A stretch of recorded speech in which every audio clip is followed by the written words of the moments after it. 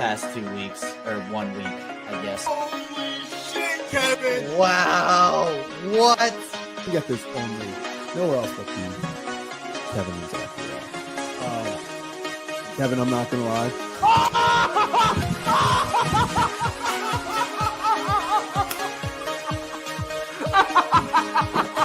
Now we're not look at this. A carved penguin. There it is.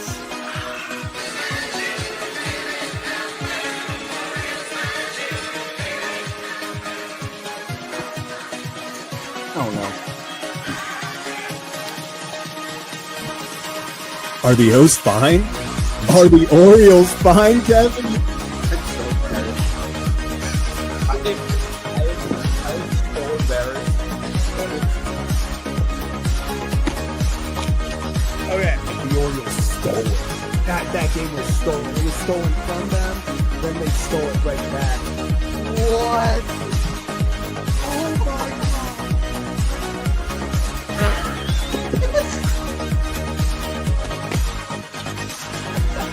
Wait, what's going on? What is happening? What is going? Was it a diving play? He bobbled the ball. What is happening? Are they challenging it? No. Other wall. No. Kevin, I don't know what you saw, how much you saw. I've been chugging champagne. Sure, I spilled a lot, but what a game, man. He will be the legendary Birch Fish! How about that? Birch Fish fans, stand up. We did it. What can I say? What can I say? Well, you might have heard Zach in the intro say the Orioles fine. No, they are most certainly not. Welcome into Kevin and Zach React, your Orioles post-game destination. It's just me right now. Zach hopefully will be joining in a little bit. So I was starting it up here. Kind of a weird afternoon/night. Obviously, we were planning to do a show after both games of the doubleheader. First game happens, and we'll talk about it. But then they were supposed to play. They're supposed to be playing right now, but that game gets postponed. So there's only one game for today. There will be a doubleheader tomorrow. So things are just crazy right now, but not as crazy as that game for Baltimore today, and not in a good way. I mean, just another embarrassing loss. Surprisingly, not their most embarrassing loss of the season, which I think tells you a lot about kind of how this season has gone for them. 19-5, the final. There are a bunch of places we can start with this game. I don't really know which one to take, and as you can hear in the background, hopefully those sirens are going to try to save the Orioles season, but it might be too late for the Orioles. Again, and I see Steve saying right here, Povich did his part. Yeah, look, I mean, this is kind of what you hate and what we've been talking about, whether it's Sagano, Eflin, Povich, like these guys go out there and have good starts, and then either the offense can't score, the bullpen blows it. And, there are a lot of different reasons for the bullpen being bad. Some of the guys just aren't good, but other reasons are the starters haven't been able to go deep into games. They're already overworked, in my opinion. So, just the whole nine there. But before we continue any further, Zach was in the background. Now he's not. Hopefully he'll return. But until then, I guess we'll just start it off. Yeah, 19-5. Another positional player appearance for the Orioles on the mound, and the Red Sox also. The Orioles got a couple of runs off of a Red Sox positional player. But that's because the game was so in hand. It didn't matter who the Red Sox put out there. It was 19-3 heading into the ninth inning. And why was it 19-3 heading into the ninth inning? Because the Orioles in 2 innings, in the 6th and the 8th, gave up 18 runs. Innings 1 through 3, 5 and 7. Nothing. Zip. 18 runs in 2 innings for the Orioles. Cade Povich goes 5 innings, 5 and a third, or no, just 5 innings in this game. 4 hits, 1 run, 3 walks, 6 strikeouts. Cade did his job. The Orioles were winning this game at one point. for the majority of the contest. If you talk about, bottom of the 6 is when the Red Sox really broke it open, and then the 8th was just an absolute disaster. We'll talk about Sir Anthony Dominguez and Gregory Soto. Obviously, CNL Perez, we've talked about CNL, but man, a lot of sirens going on outside for me. But yeah, let's get Zach on the screen here. Let's bring him on. Where are we? Kevin, how's it going? Kevin, I'm at a graduation. Took about 3 hours to name 900 people. Funny enough, I would have trusted all 900 people on the mound over CNL Perez today. That's how pathetic of a performance it is.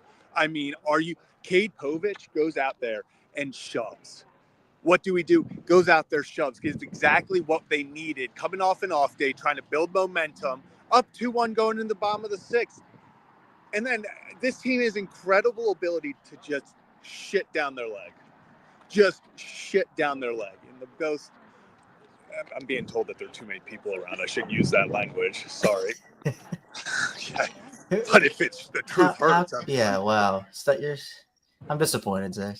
I mean, like these college kids don't know what CNL Perez is. Yeah, come on. Don't infect them with your vulgarity. Kevin, this is just another embarrassing chapter in the 2025 Orioles season. You know what? Let's look at the positives. They canceled Game 2, and we don't got to go through that again. Seriously. It's really just if we bring it all down to it, that's the highlight of today. Is they canceled Game 2.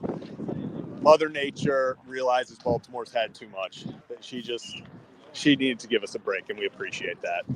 Yeah. Kevin, actually, I went to the graduation, and it was 6-3 with Cedric Mullins up, the bases loaded, and I was like, oh my gosh. I was like, why do they have life? I was like, they have life. Get to my seat. I turn on my phone. They're like, they're like, turn off your phone. Turned it right back on, and 16-3. They punished you for turning your phone on. It's your fault. What are we doing? I thought there was a misprint. I was like, why did they throw the 1 in there?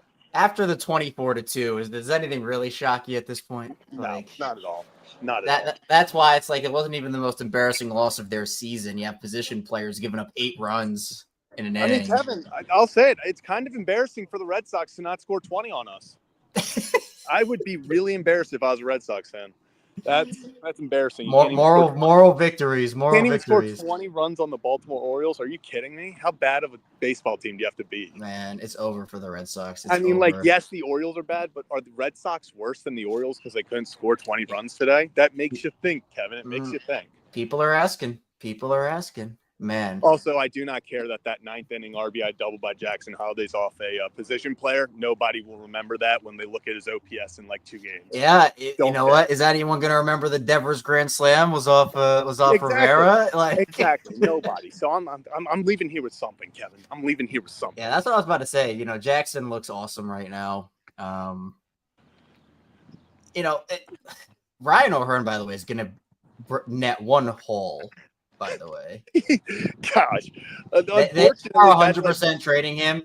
Yeah, this is my prediction is they're 100% trading O'Hearn. They're going to keep Seti, and they're going to probably trade most everybody. Well, I shouldn't say that. I should probably say maybe one of Eflin and Sagano stays. They could keep both hypothetically. I mean, at this point, Kevin, if there is value, if you are getting us value back, see ya. I do think O'Hearn gets moved and they bring up Mayo and just play him the rest of the season. What do you have to lose? Yeah. The thing with Tomo is with his age, what is his return going to look like? I think you can get a decent. I think it'll be decent. I mean, it's not going to be like this great. Yeah. Yeah, it's not going to be anything special. Eflin's the wild card for me. Eflin is honestly the wild card for me. If he can continue to pitch the way he did, that would be really nice. Yeah, I feel like Eflin, because again, they're not trying to completely rebuild. At least I don't think so. They shouldn't. So they should not. If it's a retool, you don't want to just trade everybody. But at the same time, if Eflin goes out and gets a whatever the deal looks like, huge deal, and the Orioles don't match it, well, that's just a disaster. So, yeah. It's, I mean, this off, or not even this offseason, this trade deadline season is going to be very interesting to see where the Orioles stand, because obviously, like a guy like Cedric Mullins, if you want to re-sign him, you don't trade him. A guy like Eflin, if you want to re-sign him, unless you're trying to do an Aroldis Chapman to the Cubs, send him to the Cubs for Hall and then re-sign him in the offseason. I mean, if they want to pull that one, I would not be. But if you'll re-sign some of these guys, I think we're going to know by, what would it be, August 1st, who their priority this offseason is, because it's going to be the guys still on the team. If Rhino Hearn if this team is still where they are right now and Rhino Hearn's on this team on August 2nd, that tells me that they want him for the future.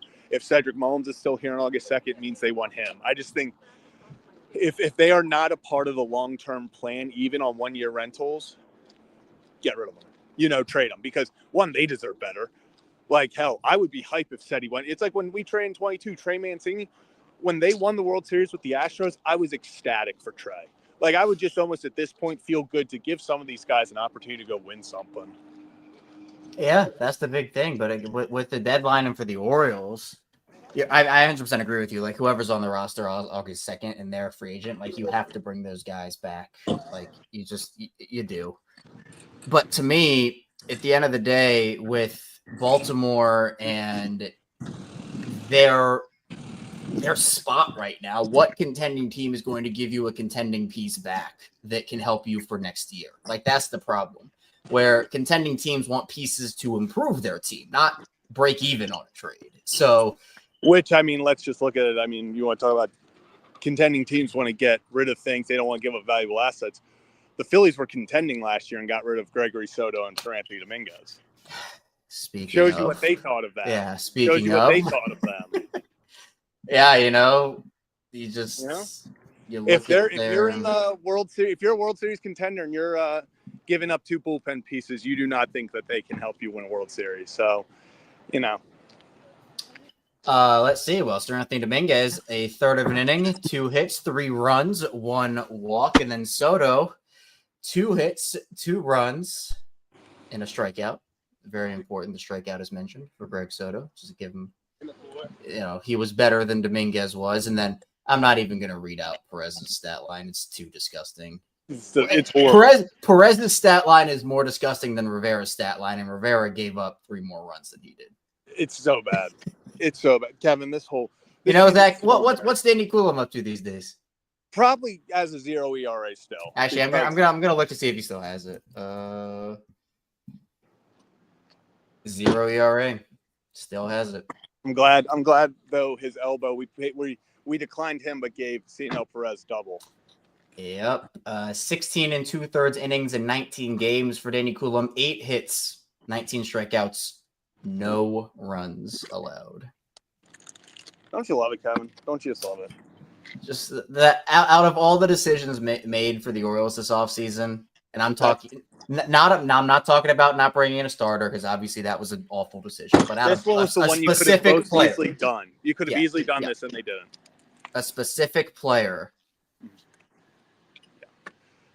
All right, Kevin, I got to hop off for a minute. I might call back in like 10 minutes, but I will keep you updated. I got to roll. Okay. Well, Danny Coulomb also, I just got word from Steve, is on the IL. So, you know what?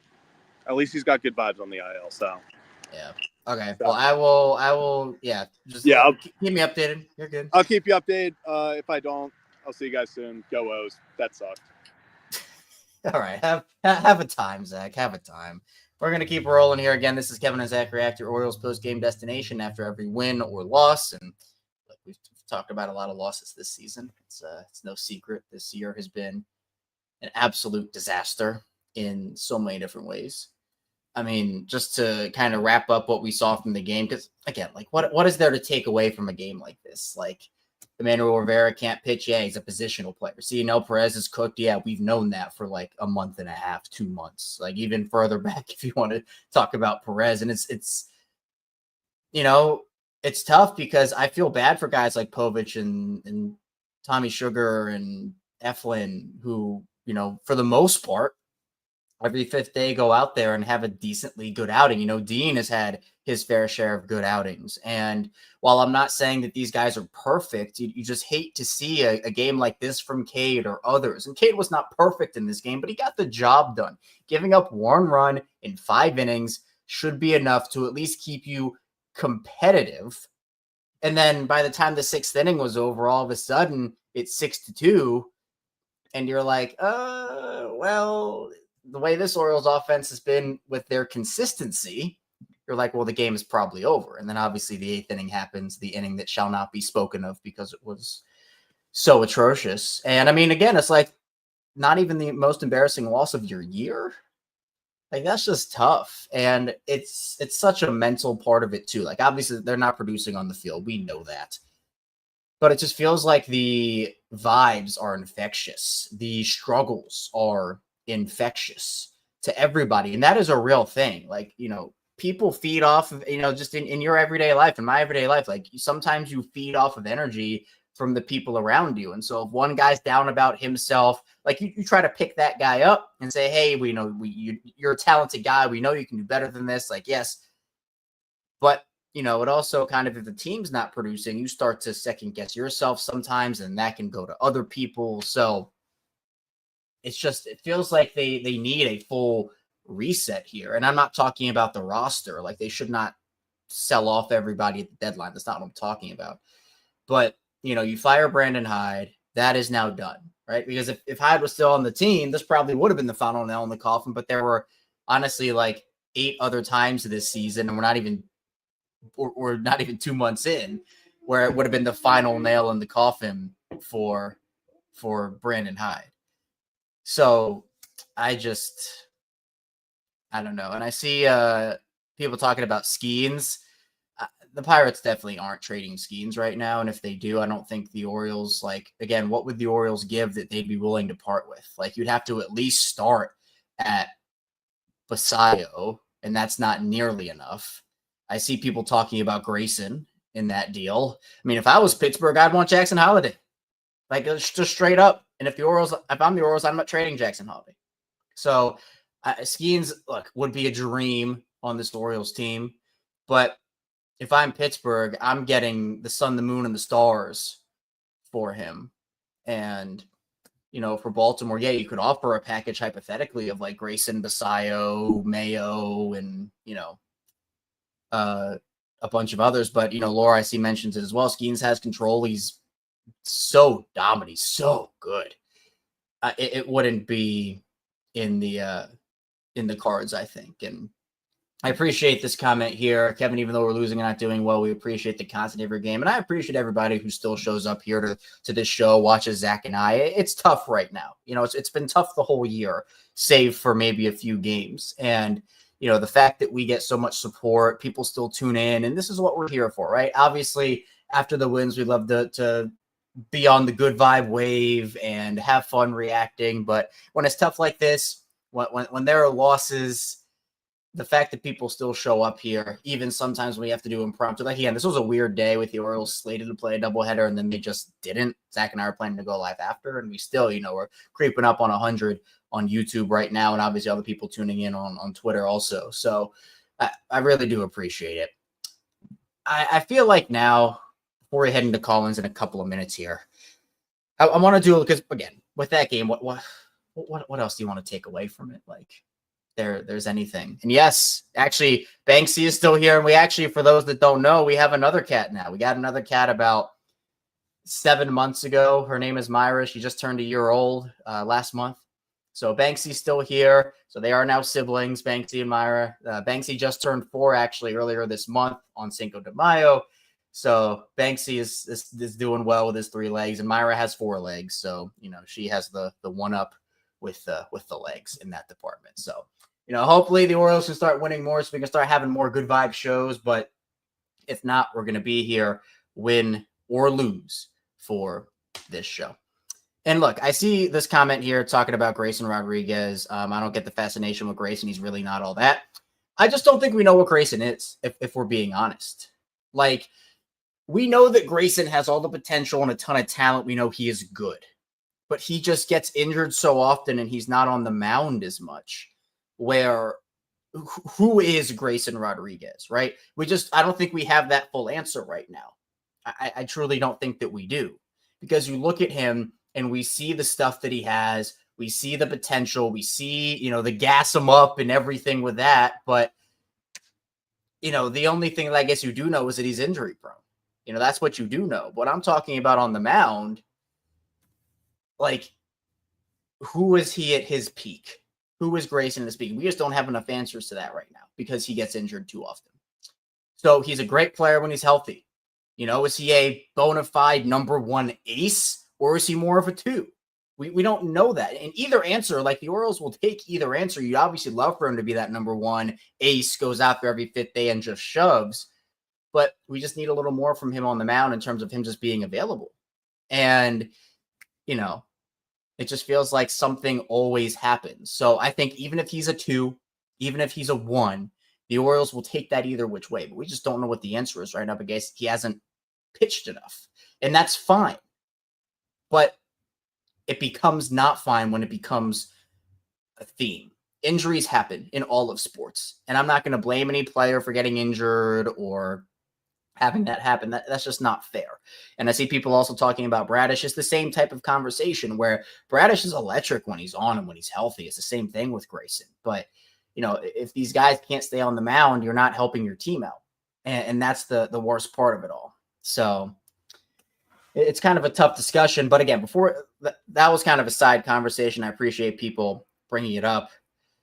But let's talk a little bit about, and look, just so we have something to look forward to after a game like that, let's talk a little bit about the deadline. What do you want to see the Orioles do at the deadline, and who do you want to see traded, and who do you want to see stay? Because I think that there are a couple of different trains of thought with the deadline for the Orioles this year. One of them is just trade everybody who's a free agent at the end of the year, get as much as you can, whether it be prospects or guys that can help you next season. Another train of thought is kind of go 50-50 on it, right? Like I kind of talked about earlier, you can trade an O'Hearn, keep Seti, maybe trade 1 or 2 of Eflin or Sagano, some of the relievers, if they still have value by the time we hit the deadline. So it's an interesting train of thought. I truly do think the Orioles will go somewhere in the 50-50 range. I don't know what that looks like, because I think that, like Zach said, if you have plans of keeping a guy like Seti, then extend them, keep them, but just don't let these guys walk. I'm tired of first-round draft picks, all right? The Orioles have 3 firsts this year, with obviously Burns leaving, Santander, and the whole competitive balance. I'm done with that, right? The Orioles are going to have a lot of picks this season. They can do that, but the window is open, at least it was. You can't have it shut on you like that. And some people might even say it's shut now. I personally don't agree with that. Like, I think that they have enough to where they can retool, but they have to do it properly. It cannot be an offseason like they had this offseason. It can't be. You have to be more aggressive. And then the conversation becomes, well, what do you do with Mike Elias? Do you trust Mike Elias to be the steward of the 2025 trade deadline, to be the steward of the 2026 offseason for the Orioles? And I know a lot of the answers are no right now. And then, quite frankly, I'm kind of there. My answer is no. Because to me, it just, again, feels like the Orioles are so stuck in their ways that, will it ever go back to, the day that they got Corbin? That was the day the expectations truly went up there. And the Orioles said, hey, we are here. Right, we got this ace. And even if Corbin wasn't going to be re-signed, and we all now know how that happened, even if he never was going to be re-signed, you had to do something to replace him.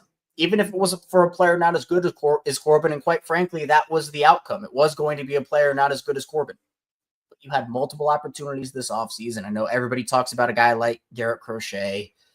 I, on this show, mentioned Nick Pivetta multiple times, and I got flamed, by the way. I'm taking my victory lap on Nick Pivetta. I got flamed by suggesting, including from my co-host, Mr. Zach Bollinger. I said, he's like, Kevin, who's the one pitcher you want? I said, Nick Pivetta. Zach says, what are you talking about? And look at what Nick Pivetta is now doing. So I think that, again, it didn't have to be for a guy as good as Corbin, but just to have the depth. And by depth, I don't mean signing guys who were 36 years old and 41 years old. Now, Sagano's worked out great for them. But having that be the only archetype of a move you're making is malpractice. And we talked about that all offseason. I don't think, personally, Elias survives this season. I think he will have the deadline, but I think he's gone this offseason. If things continue the way they are. Look, if things continue, if they keep losing games 19-5, he'll be gone before the trade deadline. Because you can't continue to defend that. But I think that, with the way that David Rubenstein has supported Mike Elias, I don't think that it will happen now. Now, there's a problem with that, in my opinion, because I think that it's pointless to have a GM steward your deadline when it's actually important to get good returns for guys and then get fired. And then you have to bring in somebody new. And you're like, okay, these aren't guys I wanted, but it was guys Elias wanted. So that's a tough, and yes, dog training is exactly what I'm saying. Like, there's a problem with that thought. That's just my prediction. I'm not saying that's what I would do. I'm just saying that's what I think will happen. Because there's no shield protecting Mike Elias anymore. That shield is gone. Brandon Hyde got fired. There is no more shield protecting Mike Elias. All the attention is solely on him. And I see comments of, hey, look, Elias is getting roasted by national media 5 times a day. And that's not even an exaggeration some days. Like, it truly is. There are multiple clips put out on social media every single day about Mike Elias and the Orioles and how embarrassing it is this season. So personally, I don't think it's a smart idea to have a GM steward your deadline and then, have a new GM come in, look at the deals that Elias got at the deadline and say, well, I wouldn't have done this, or I didn't want this guy. Why do I have to deal with it? But I feel like that might be what happens. And I saw a comment because I see a lot of people talking about, some people want to trade everybody. Other people want to trade Cedric, Sagano, Mountcastle, Morton, a bunch. But here's a comment from Joey I want to bring up. I don't know if they're getting many MLB players for these guys. It'll be prospects. And yeah, that's the conversation too, because if they're trying to rebuild, you don't want to trade. Well, if they're doing a retool, if they're doing a retool, you don't want to trade proven vets for prospects that are going to help you in 3 to 4 years. Guys who are still in high A, maybe double A. You want to trade for guys that can help you next season, or at the very least the season after that. But I'm more talking about next season. Vets, potentially. But the problem with that is, again, who's a contending team right now? Let's just say it's the Yankees, just to say it's the Yankees. If the Orioles and Yankees were to make a trade, and the Orioles were giving Ryan O'Hearn, let's just say Ryan O'Hearn to the Yankees, a disgusting thought, but let's just hear me out for the thought of the exercise. If the Orioles trade Ryan O'Hearn to the Yankees and ask for, I know he's still injured, but let's say Jazz Chisholm, right? Let's just say it's Jazz Chisholm who the Orioles asked back from the Yankees. The Yankees will respond, well, we need Jazz. He's going to help us. Why would we give you a guy that's helping us now when we want to improve our chances to win the World Series? It's not going to be something along those lines. So if you trade O'Hearn and you're getting back prospects in high A, double A, et cetera, it's a difficult slope because you're losing a very valuable player, but you're not really getting anything that can help you in a potential retool. Now you're freeing up a space for Kobe Mayo, but again, is Kobe Mayo going to be able to help you? That's figure it out. That's tough. It's a tough conversation. So, all right, let's get to call-ins. Actually, this was longer than I thought I was going to go before getting to call-ins, but let's get to call-ins here. Again, if you're a member, you can call in, talk about the Orioles or anything else. And it doesn't, like, with the way this season has gone, if you don't want to talk about the Orioles, I do not blame you. So let me get up the call-in link. You can find this under the post tab. And if you want to be a member, it helps Zach and I out. You're supporting the channel, and I really appreciate that. And if you're not a member, you're still supporting the channel either which way. So appreciate everybody for the support here. Let me get this up here. All right. Members, StreamYard. All right. Call-in link is live. If you want to call in, talk for a few minutes with me about the O's or anything else. Ravens OTA start up next week. So I'll be covering that over on Locked On Ravens if you want to talk Ravens. If you want to talk trade deadline too, like, hey, what's your thoughts on the trade deadline? What do you think the Orioles should do? Because look, I love in-season stuff. I love watching teams play, but this is me with every sport. I love talking about hypotheticals, free agency, trades. Like, how can a team get better?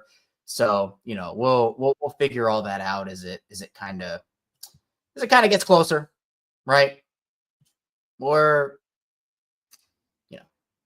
not quite there yet, but seemingly feels we're moving there sooner rather than later. So, all right, let's get the call-ins. First up, we got Joe on a mic. Let's bring him on real quick. Joe, outside having it's beautiful weather there. We're burning the fire the way I like to burn things down. Huh. It was a nice big fire, but yeah, no, I was gonna say there's not much of a fire left. You went a little bit longer than you said you were going to go, so the fire has burnt out. Yeah, and that's what I said. I thought I went a little longer than I thought I was without the call-ins.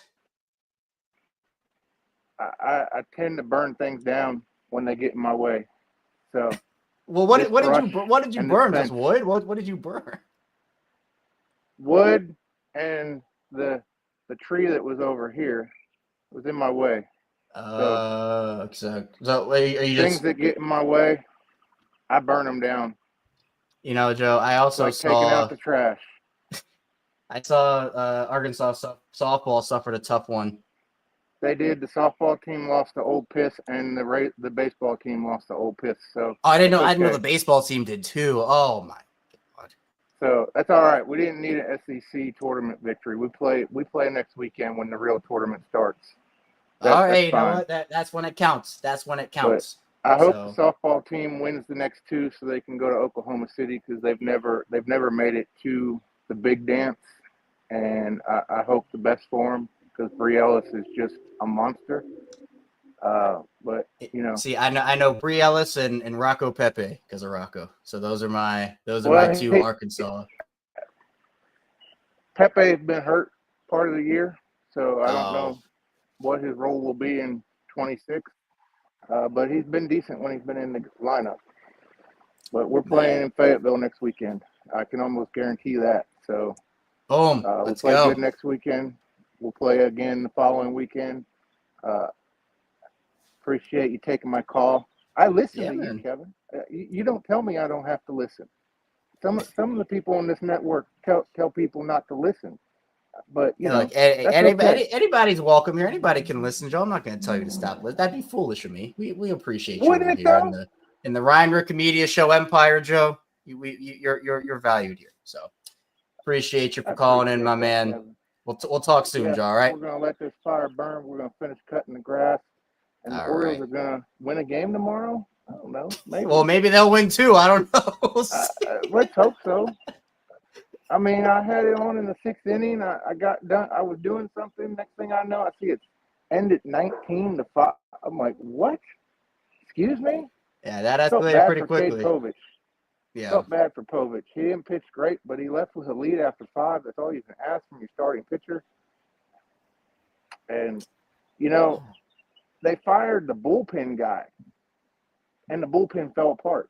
The first part of the year, the bullpen was was doing great because the starters couldn't do anything, but we couldn't get any runs. And now just because he's besties with Brandon Hyde, like a package deal, you let him go? I mean, I don't know.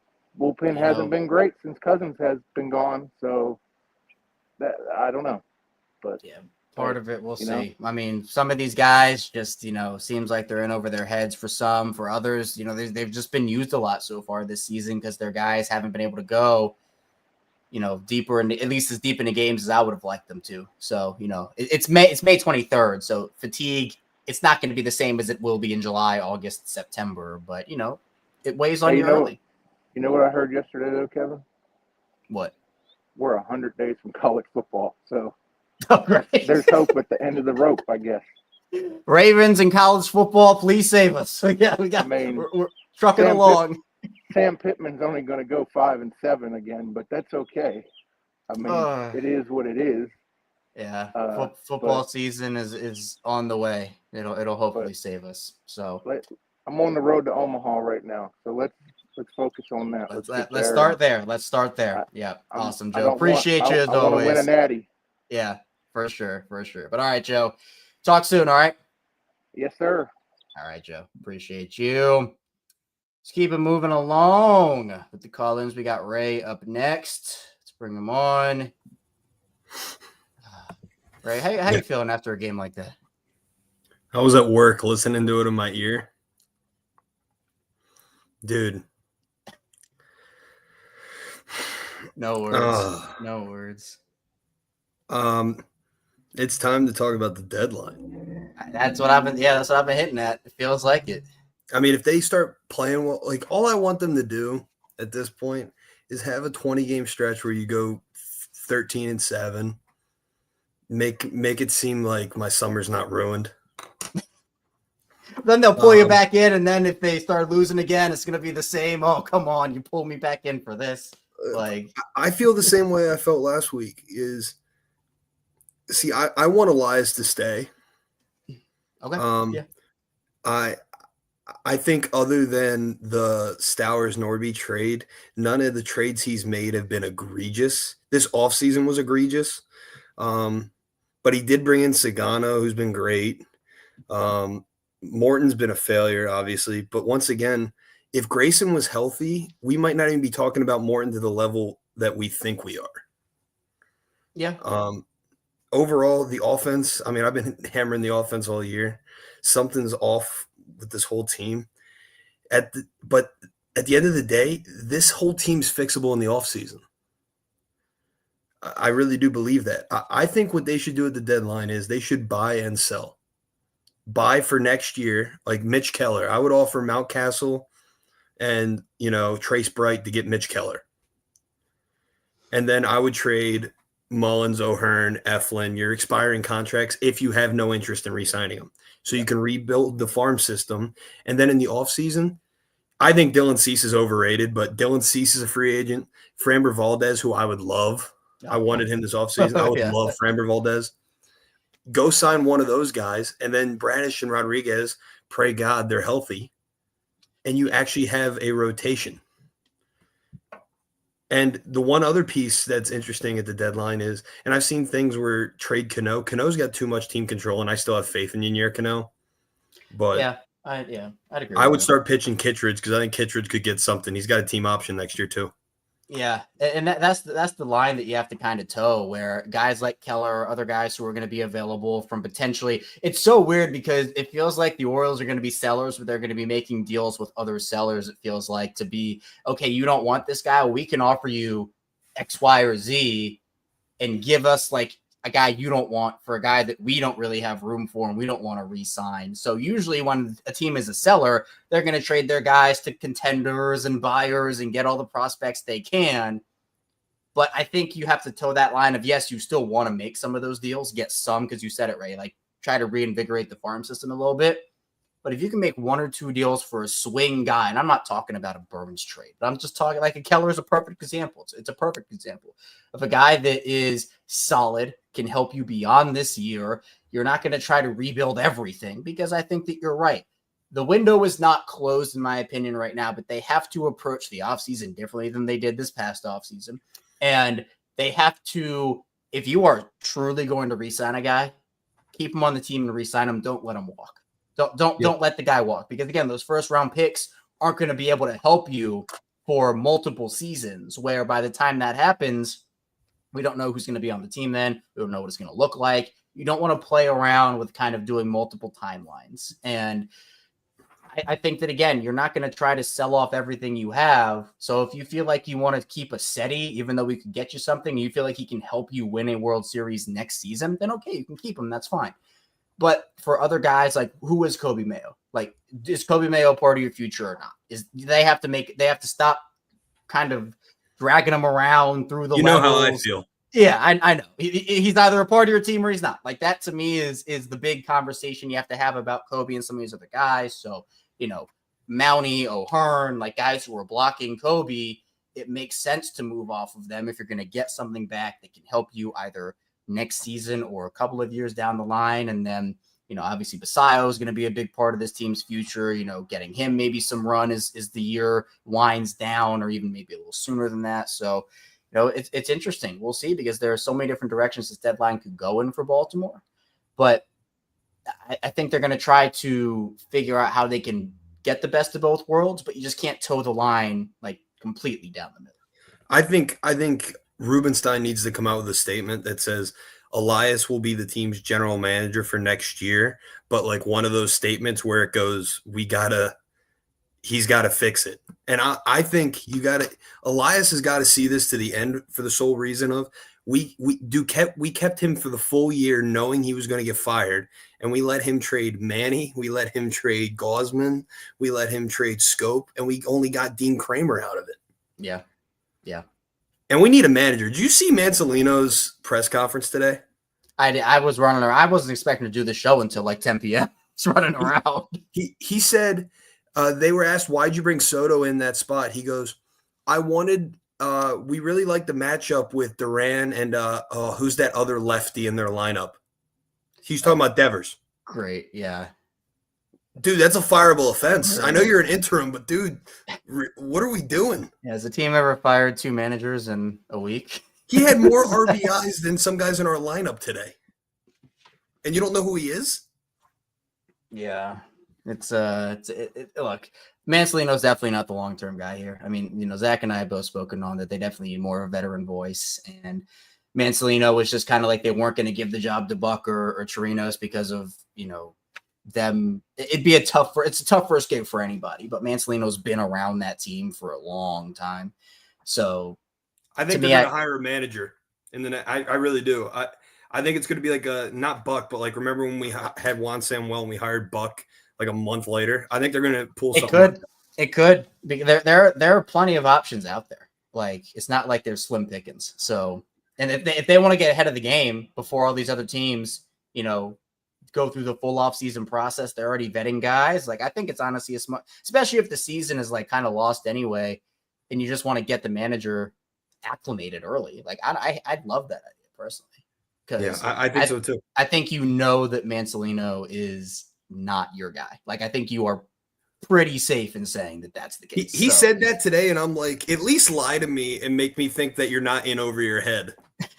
It's like when Anthony Richardson tapped out of the game against whoever it was for the Colts, and he said, "Yeah, I was just tired." I'm like, "Say anything else. Like, just say anything else. Do not tell the truth. Just say anything else." Yeah. So it's tough, but yeah. All right, Ray. Appreciate you. Anything else before you get out of here? No, I almost yelled at my desk at work when I heard him say that. It was embarrassing. It's been that kind of year, man. It's been that kind of year. This is the Orioles have had a lot of tone-deaf moments this season. We could probably go through 10 of them. So, yeah.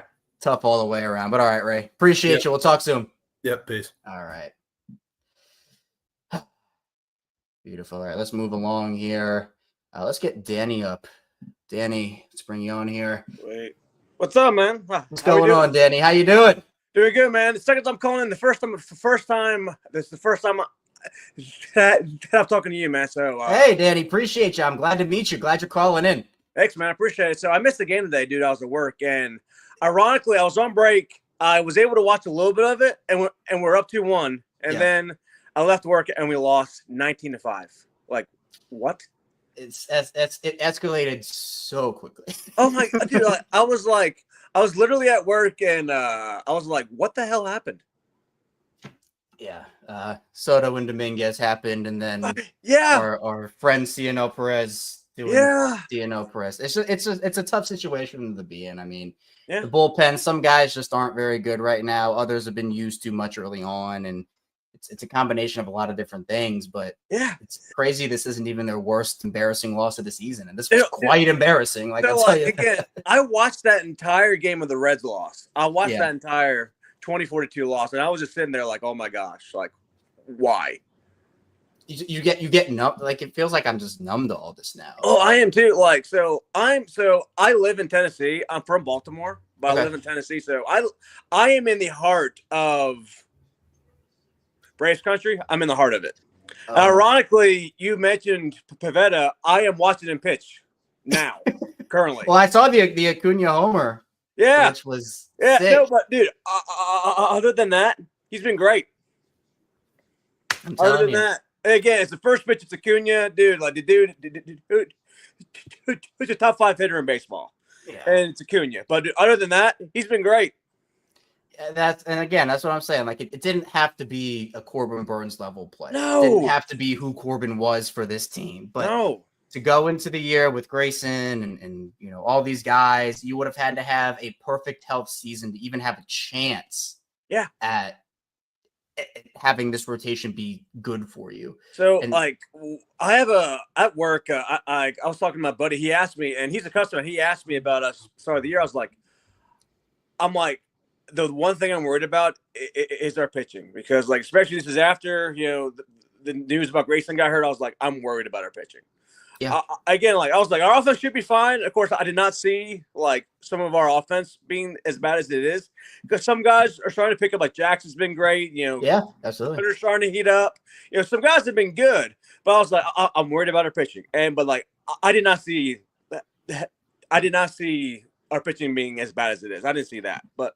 Yeah. At the end of the day, I'm at the point at the deadline where I think I've said trade everybody if you want to, because at the end of the day, I love Mullins, but again, I feel like they value okay, we have guys who we have guys in the minors, and we have Kowser who can play center. Yeah, for sure. So you're like, all right, and I've said I'm trade.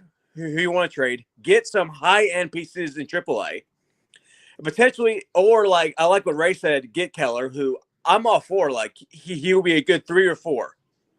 Yeah, and I think he's on a contract for the next 3 years, so he's a good guy, and he'll be a guy to help stabilize your rotation.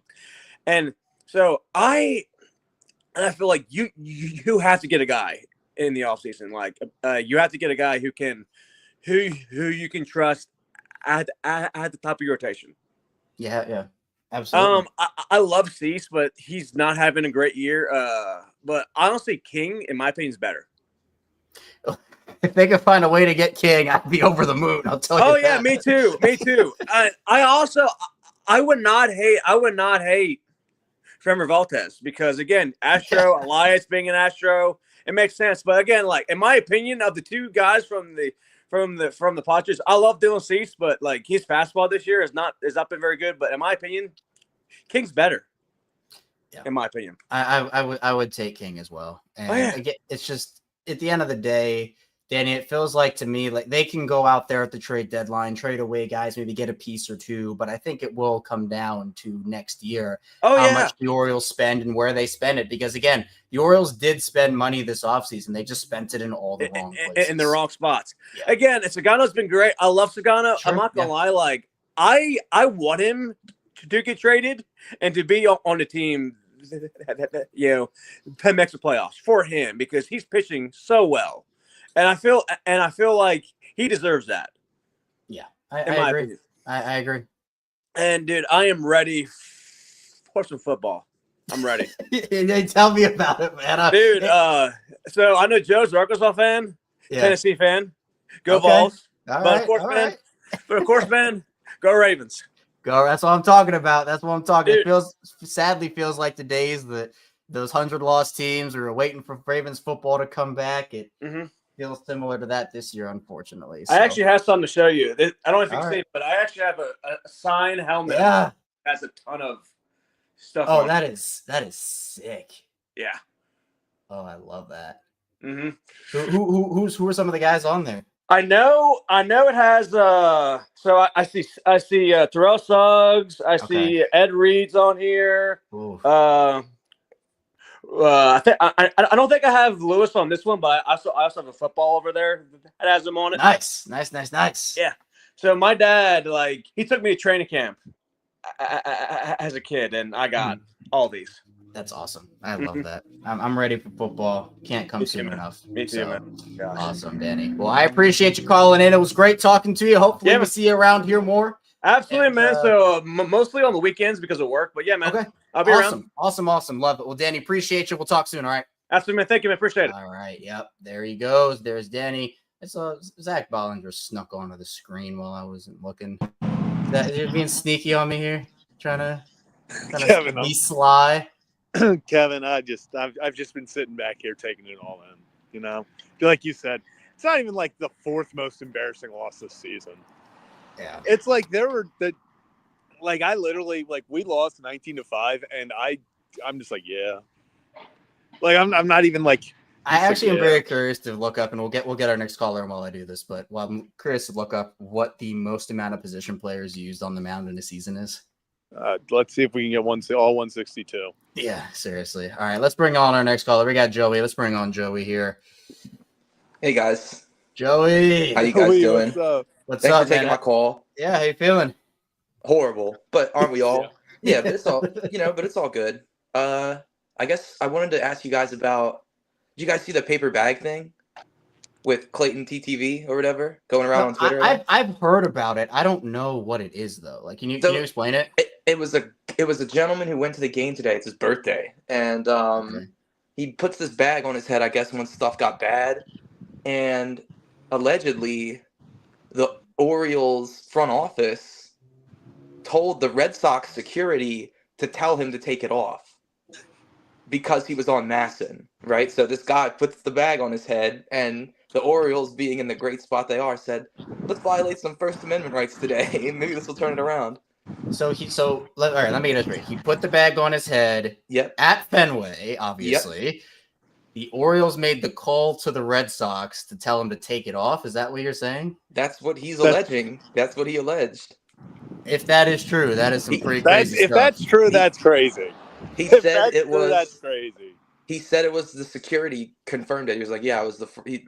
I don't look. Like I said, just allegations, but that's the highlight of the day for me. It's like our team is such a mess where it's like.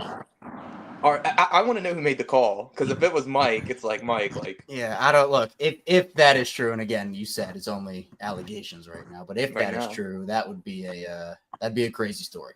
So that would, especially because it's away, like because it's an away game. Yeah, that's the part that got me. And it's like, what are you doing? Like, is that okay? So I guess their justification was he was on the Masson broadcast or something. So yeah, like, but even so, I mean, yeah, it's like one fan. So now I don't know if was there a message on the bag? I think he wrote something on it. Maybe it was just like we suck or something like that. Okay, it was honestly. You can see on the bottom I said handing out paper bags Monday. I'm getting offers to go to the game. Like I might just bring a bunch. Oh man, that'd be nuts. Just keep putting them on. Yeah, just throwing them out to the crowd. I'll be the Rubenstein of paper bags. Oh great, yeah. So you can wear the tux and everything. You can. People will know where to find you. I have the jacket buried away right now. I think I might. It's the jacket of shame currently. It's in retirement currently. I got this decent hat going from spring training. Oh, and I'm thinking I'll just put it on the wall and start throwing darts at it, and whatever team it hits will be my new favorite team. Yeah, you can't ruin that hat with darts. You can't ruin that hat. That's too good of a hat to ruin. But man, yeah, you could throw a dart at a map, whichever area it lands on is your new team. Yeah, but so I don't agree with your take on getting rid of Elias after the season, despite honestly like. I defend him a lot, and I'm just like not. I don't know what it is that like just makes me say like I guess I'm just loyal, and that's fine, and that's totally fine. And then what was other people were talking about Grayson? Like you don't know what Grayson is yet. Have you seen Grayson pitch in person? Not in person, no. So, if you like look, I was at that game where Holiday hit the grand slam. That was a game where Grayson was pitching, and they couldn't stop playing Not Like Us. He was striking out so many people. He was just mowing down that crappy Blue Jays roster. Yeah. So, like, at its peak, you said we didn't know what he was, but I think it's, like, it's indicative that of, like, what we're going to get when you look back at those highs, those starts. Like, that's what you're going to get, like, 7 innings and, like, 9 strikeouts. Like, the prototypical pitcher nowadays, where it's just like mowing everyone down. Yeah, So that's what they're missing is like, at least with Grayson, the majority of the time he would go deep into games. Like he's someone that can eat innings for you, and he'll always have a start or two where it doesn't go that way, but that's everybody. But that's what they're missing right now. Where look, Povich was, in my opinion, great, but it was only 5 innings. Sagano has been able to go a little deeper recently, but again, it's like 5, 6. You get 4s. You're opening with guys like the bullpen is getting taxed because of it. And it's just they miss these innings eaters, and Grayson is one of those guys for them. And yeah, just so many failures across the, just so many failures across the board, and it's just unfortunate. Yeah, it's disappointing for sure, very disappointing. But awesome, Joey. Appreciate you tuning in, Joey. Appreciate you calling in. Yeah, have a good show, guys. You too. All right, Joey, appreciate you. Joey. I always do that. I always say that, Joey. I say you too. Have you ever done that where someone says you can come on my show? Yeah, or, hey, there we go. But it's like when someone says happy birthday and you go, you too. Like you do something like that. So yeah. Good luck, y'all. Have a good night. All right, Joey, appreciate you. Joey. Man, that's my biggest downfall. I always do that. When someone says something, my natural reaction is just immediately you too. Just immediate you too. Just like boom, right? You too. Oh man. All right, let's keep the call-ins rolling. We got Steve going on. Steve, I've seen it go from light to dark while we were waiting for you to come up on the screen. I see you got the haircut going too, looking fresh. Looking good. Looking fresh. And repping the Maryland Terps. Love it. There we go. I love it. it. How you feeling, Steve? When will it end? I don't know. I wish I had an answer for you. Hovis shoves 5 innings. Wish he could have gone longer, but he was at 98, 99 pitches. He had those early inning pitch counts always seemed to get him. Exactly. And then Dominguez, Soto, and CNL absolutely fault. Yeah. Yeah. And I can understand not wanting to use your high leverage guys in the first game of a doubleheader when you've got a second game coming up later that night. Right, exactly. But, maybe getting Kittredge out for an inning, maybe even Cano for an inning, Baker for an inning, something like that. Maybe the Orioles would have had a chance to put up more runs and extend that lead.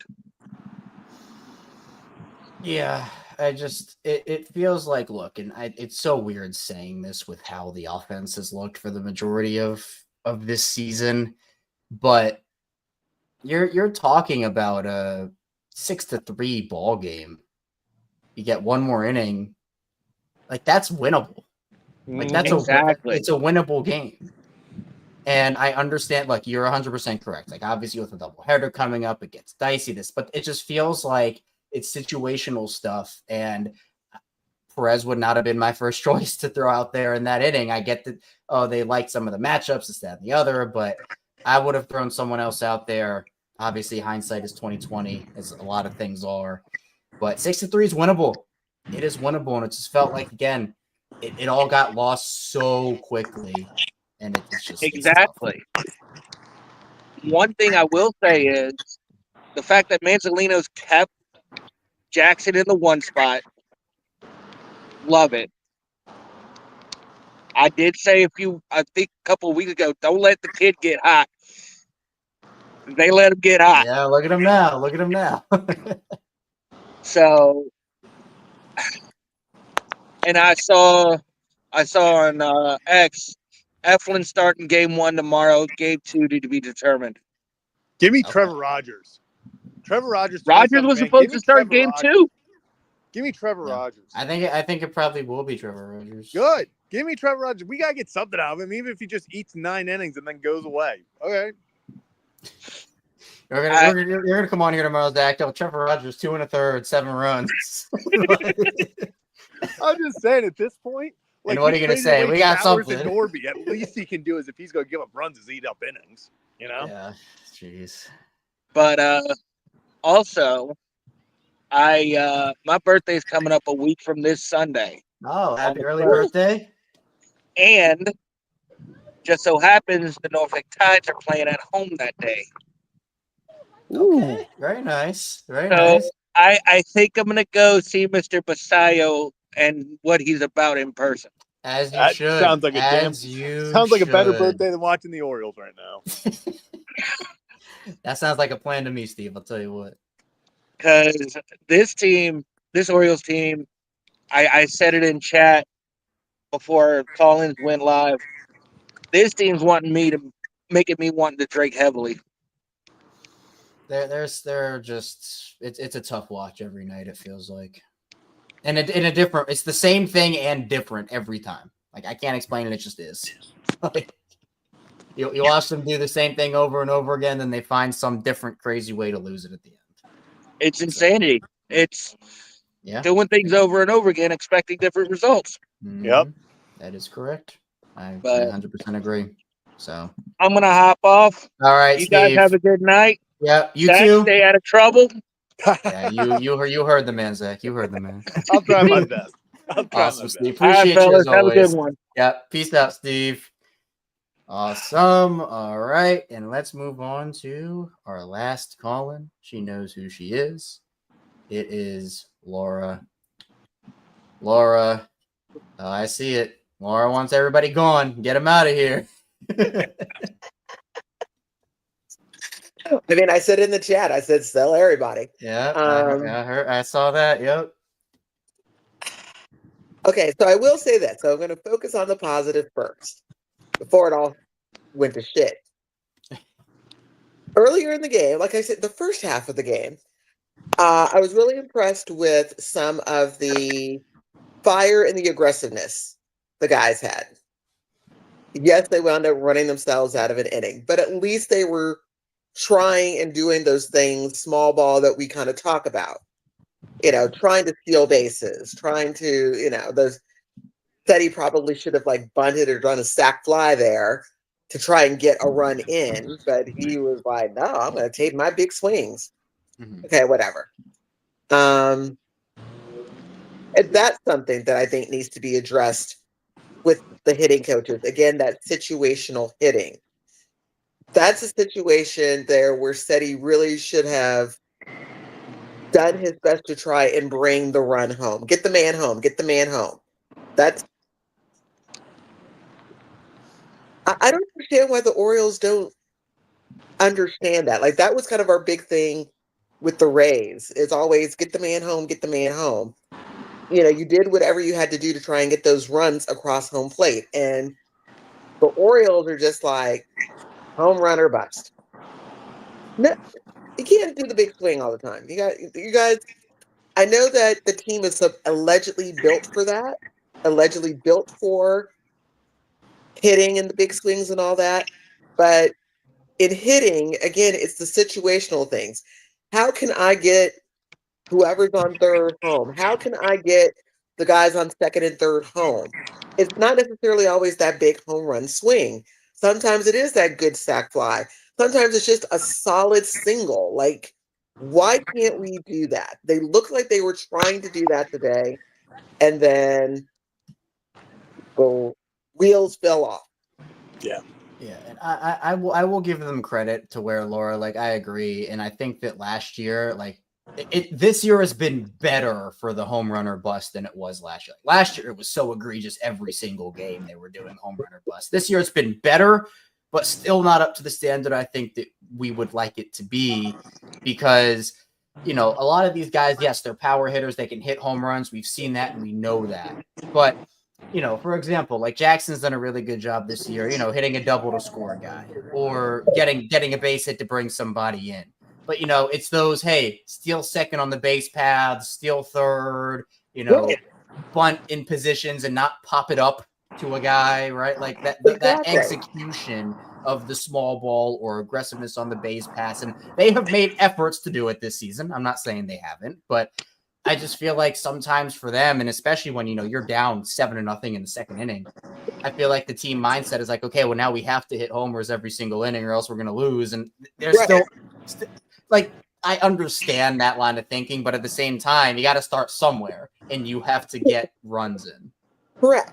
And like I said, and it's one of the things, you know, and again, because I compared the Orioles to other teams, what other teams are doing, again, getting those players on first and second and third, and then have your big home run hitter up and to hit the home run and get the 2 and 3 run home run to get you back into a game. We can't even do that. So It is, yeah. Just so all then across the the board. wheels started to come off. It was I want to say 5-2, and that's when I decided, because today's kind of the start of the holiday, and I didn't have to work a whole day. I decided to take a nap with the dog. Oh, love it. Dog and I laid down. We took a nap. Next thing I know, it's 19-5. I'm like, what the hell happened? Yeah, What the hell happened? I was watching, and then I'd get up to go get something, come back a minute later, and the Red Sox had like 4 more runs every time I got up, and I was like, what is happening? Like, what is going on? So, Where are you? Why are you walking around? Are you like at a wedding or something? Me? Laura, I'm outside. My brother just graduated, so I'm outside the restaurant. They're inside eating, and I had to come out here and talk Orioles baseball. Congratulations to your brother. yes. So, Thank you. He did so you well. graduated from high school or college? College. He's graduating from Delaware. So Awesome. we're in awesome, Eagles awesome. country right now. So that is fun. Yeah. Keep your head on a Hey, swivel. we still got the tush push thanks to the Eagles. So, Yes, we do. So I had really just called in to talk to Kevin because you weren't here. So I was all like, "Hi, Kevin, where you been?" Yeah, I've I just been need to hanging ask out. you, what happened to Rip Finn and Birchfish? They were moved because we did the new background, and then they ended up passing away a couple months ago. So You killed the fish. I did not kill the fish, Laura. That's about what. I don't know what happened. I think a disease ran through the tank. I tried, but they survived for a while. I had them for almost a year. We have a beta outside called Mustard, who's been with us for a really long time now. So You named the beta Mustard? yes, because it's a mustard beta. So yeah, he's been with us Does for a Kendrick while. know you've named the beta Mustard? Huh? Does Kendrick know you've named the beta Mustard? Who? Kendrick Lamar. Oh no. Mustard. Yeah. I was like, who are you talking about? Yes. Wow, Kevin. Don't know movies. Don't know music. I'm just uncultured, Laura. You know this. You know this. So, like, how did you think the beta got the name Mustard? The beta is actually a mustard beta because it has like yellow and I think it's blue and yellow. So it's like technically a mustard beta. So we just say mustard. Okay. Right after the show, I'm gonna go out there and I'm gonna yell mustard at the beta. Like you should yell mustard at the beta. I should. I'm gonna do it. So. I'm gonna do it. Awesome. All right, Laura. Right. That's all I got. Tuning in. Appreciate you calling in. And, always a pleasure. Let's see what happens tomorrow. Let's see how it goes. We'll talk soon. All right. Right. All right. Well, what a game! And they played. Yeah. They played ball, but now they didn't. They played ball for like 5-6 innings, and then a game technically happened today. Technically, I'm saying biggest blessing is that they didn't play game 2.